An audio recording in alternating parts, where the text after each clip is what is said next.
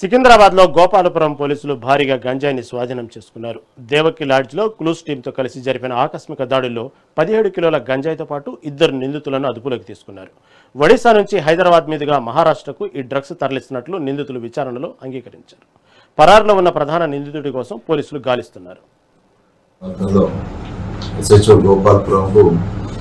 Devaki LADS లో గాంజా నిషేధిత గాంజా ఉందని ఇన్ఫర్మేషన్ రాగానే నేను ఇమీడియట్గా డిఐ శ్రీనివాస్, ఎస్ఐ శివరాజు, శ్రీనివాస్ తోటి తమ టీం ఫామ్ చేసేసి ఆ లాడ్జ్తో పాటు మిగతా లాడ్జ్లన్నీ చెక్ చేయగా దేవకి లాడ్జ్లో 2 persons విత్ కాంట్రాబ్యాండ్ గాంజా మనకు దొరికింది.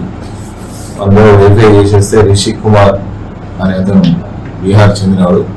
అతనితో పాటు జూనియర్ ఉన్నాడు, అతని పేరు నేను డిస్క్లోజ్ చేయలేదు.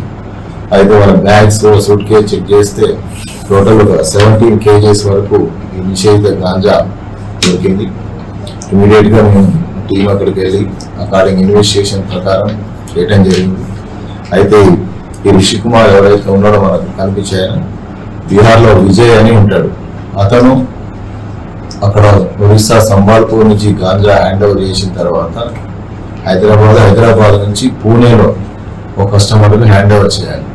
ఈ నాగవల్లి ఎక్స్ప్రెస్లో మొన్న ఎక్కి నిన్న మధ్యాహ్నం 11 o'clock మన హైదరాబాద్ నుంచి దేవకి లాడ్జ్లో షెల్టర్ తీసుకోవడం జరిగింది. మళ్ళీ ఈవినింగ్ అవర్స్లో పూణేకి వెళ్ళి అక్కడ కస్టమర్కి హ్యాండ్ ఓవర్ చేయాలి.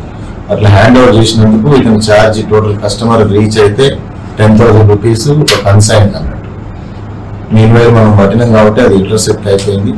ఆ విజయ్ గురించి ఏదైతే ఉన్నాడో వెస్ట్ బెంగాల్లో అతని గురించి ఇన్ఫర్మేషన్ తీసుకొని అతను కూడా అప్రిహెన్షన్ చేస్తాం.